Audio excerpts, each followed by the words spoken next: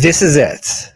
The final push to make your fantasy football playoffs. Yes, of course, we're talking about week 14, and I, Flex Shane, am here to talk about the top waiver wire ads for the week. So before we get into it, of course, dfsarmy.com. Go check it out.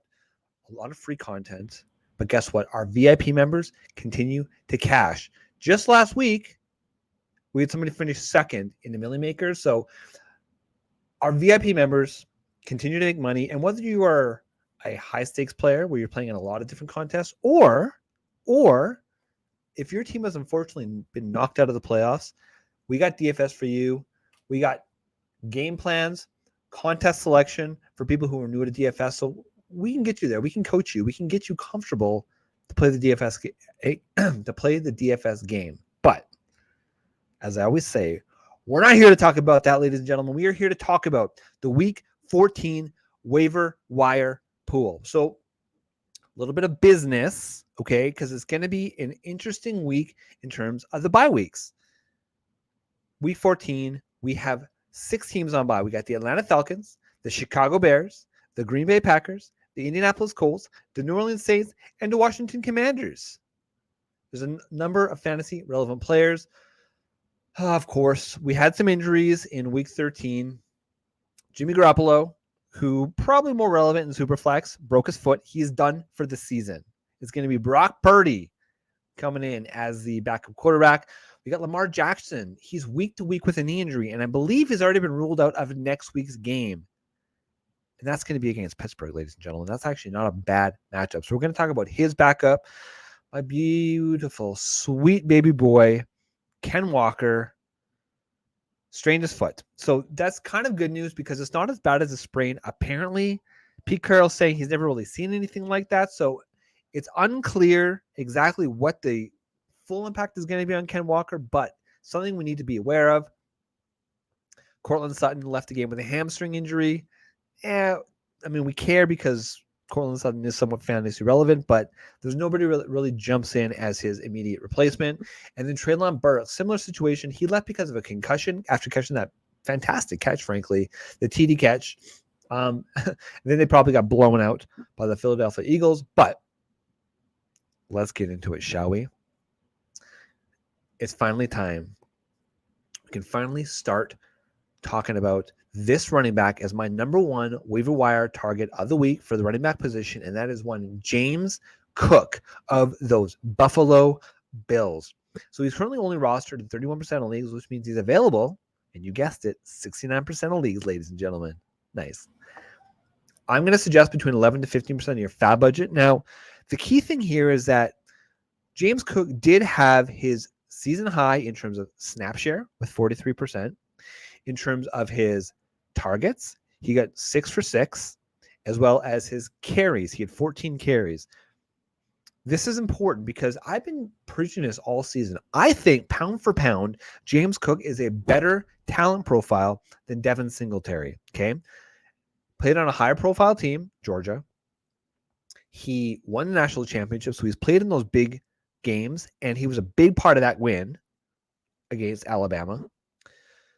He also is just an all-around better football player. But the thing is that coaches, especially at the running back position, especially if you're in a pass-catching situations where you're going to be expected to pass block, coaches have to gain your trust through example, i.e., James Cook needs to go into the game and show that he can produce, show that Josh Allen's not going to get blown up if James Cook is expected to block.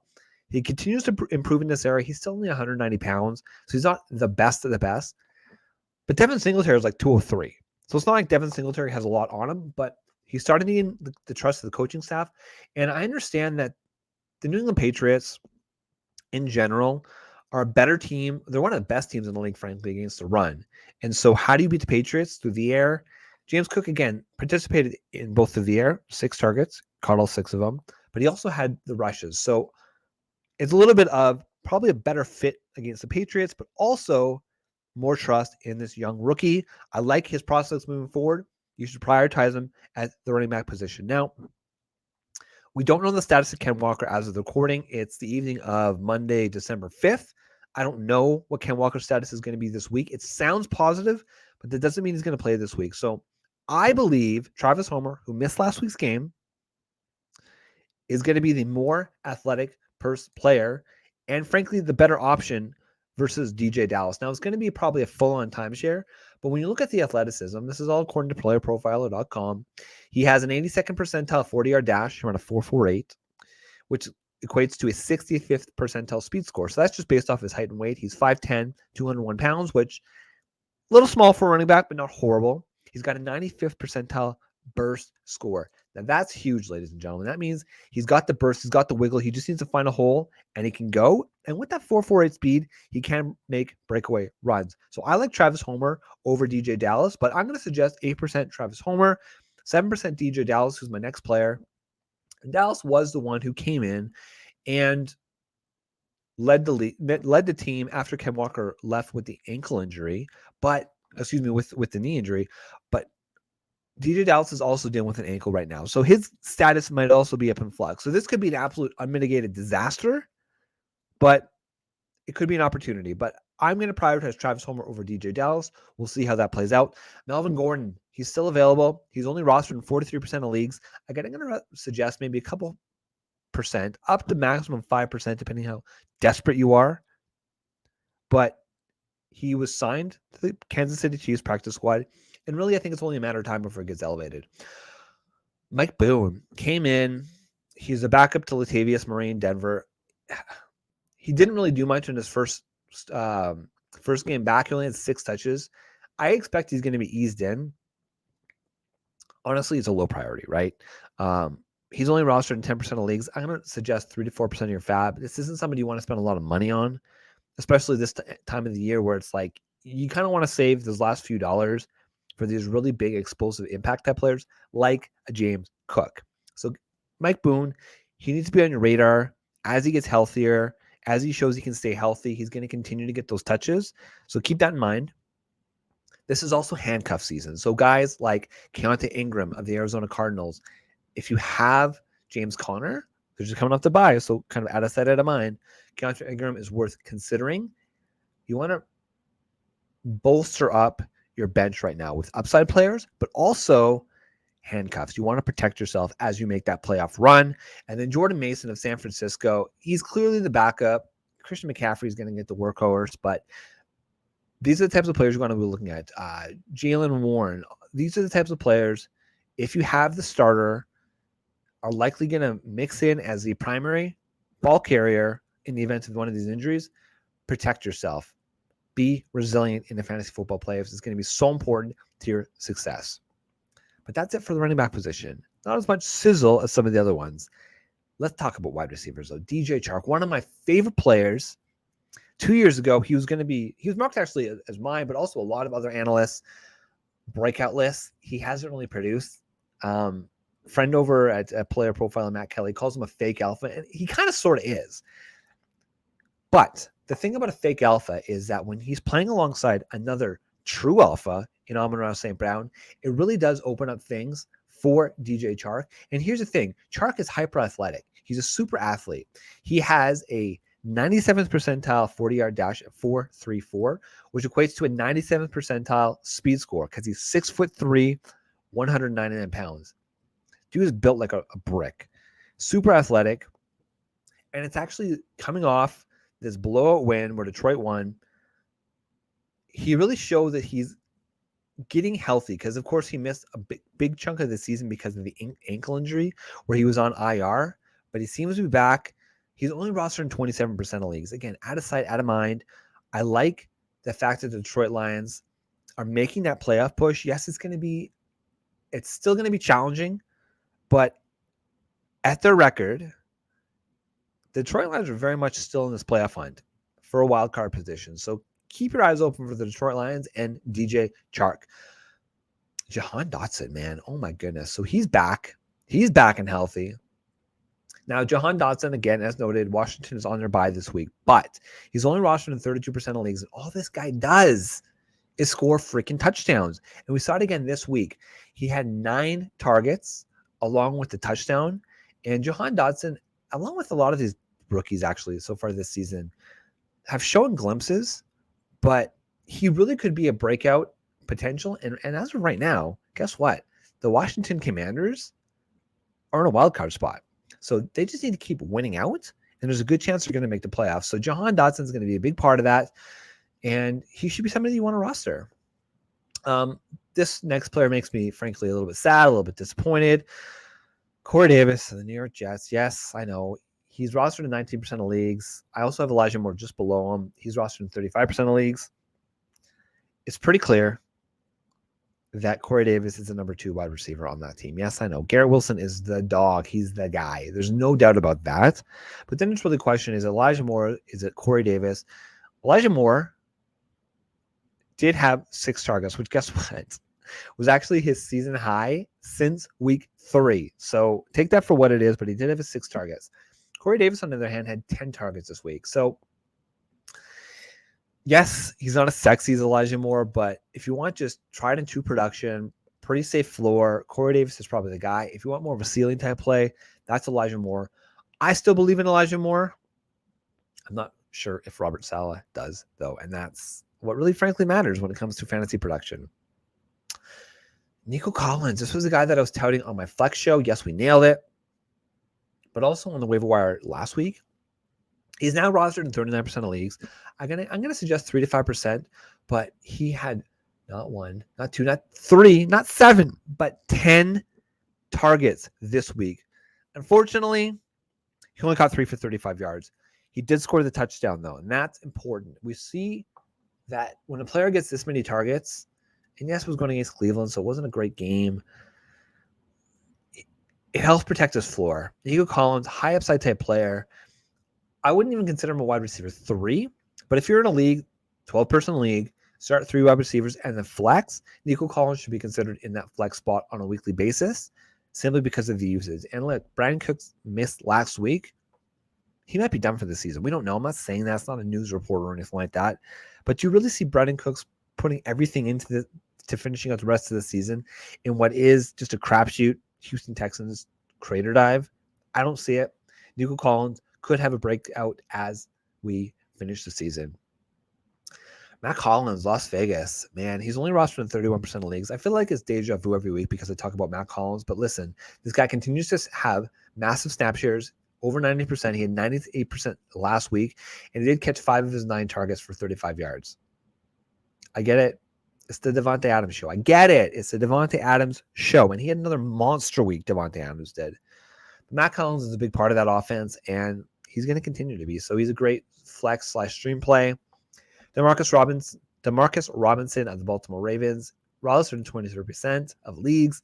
Couple bucks. Listen, he's so up and down. And now that Lamar Jackson's hurt, do we really trust Tyler Huntley on a regular basis to get production done? No. We like Tyler Huntley because of his explosive running plays, not because of his ability to throw the ball. So Demarcus Robinson should be on the radar. Not exactly a priority.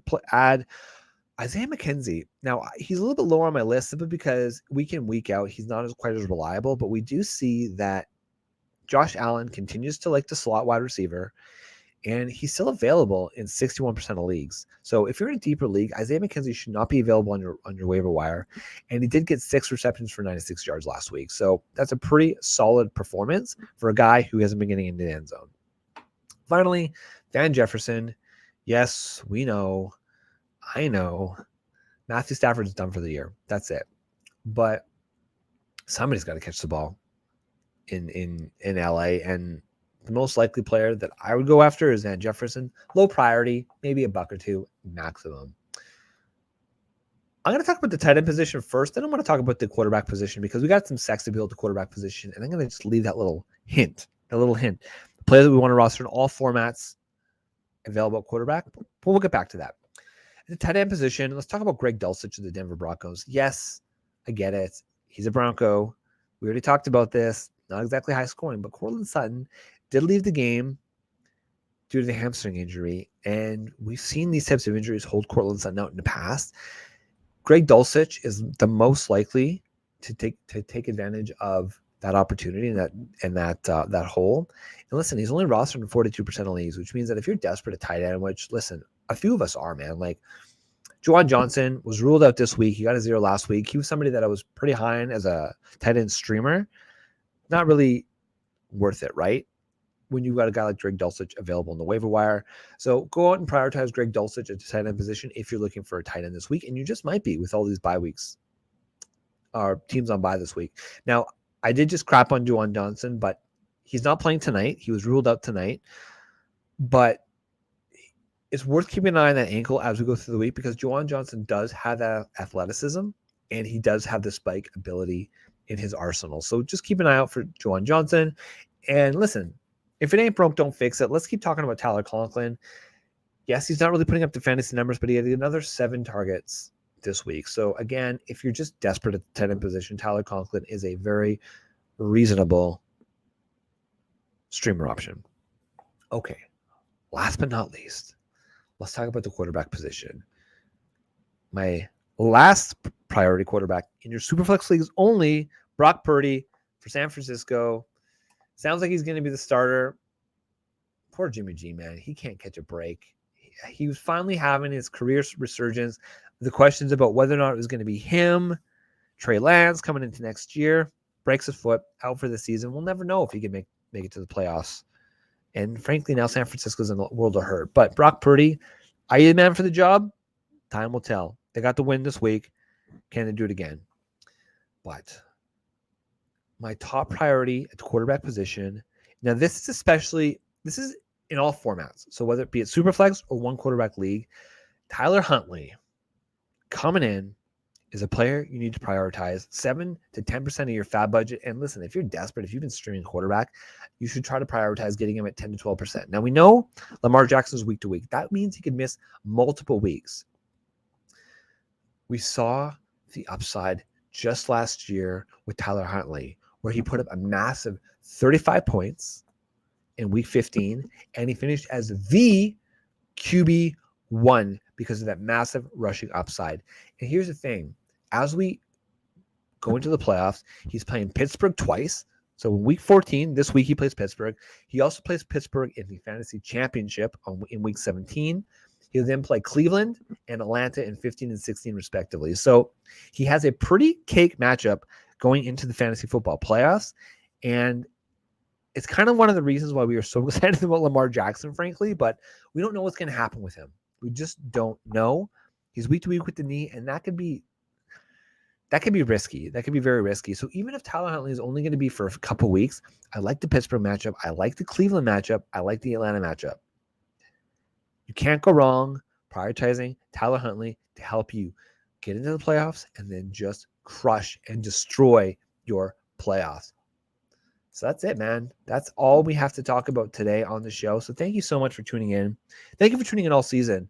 I'll probably jump on for a short show just to help out the streamers as we enter the fantasy playoffs, but we're not going to be as in-depth because obviously half the people in the league are no longer going to be participating. But we're going to be here. We're going to help coach you through your playoffs. So good luck. Write a review. I haven't said it all year. If you like what you're listening to, we're trying to grow this program. We're trying to grow this channel, this fantasy football channel for the DFS Army. So like, comment, and let us know. If you're in the Discord, hit me up and say, Shane, I love your waiver wire show. Or Shane, I hate your show. This is what you need to do better. We're always trying to improve, and we're here for the people. So that's it, man. I'm out. Thank you for sticking with me all season. Good luck in week 14. I'm Flex Shane, and we are the DFS Army Fantasy Football Show. Let's go. Big time. Knowing that.